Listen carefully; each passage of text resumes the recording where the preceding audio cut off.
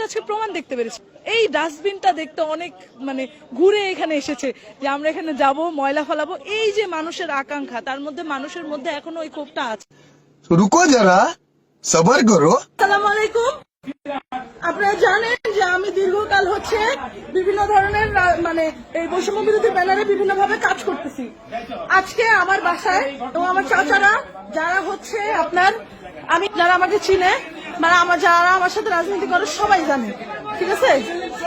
আমি এখনো কোনো রাজনৈতিক পদেও যাই নাই, আমি এখনো যাই নাই।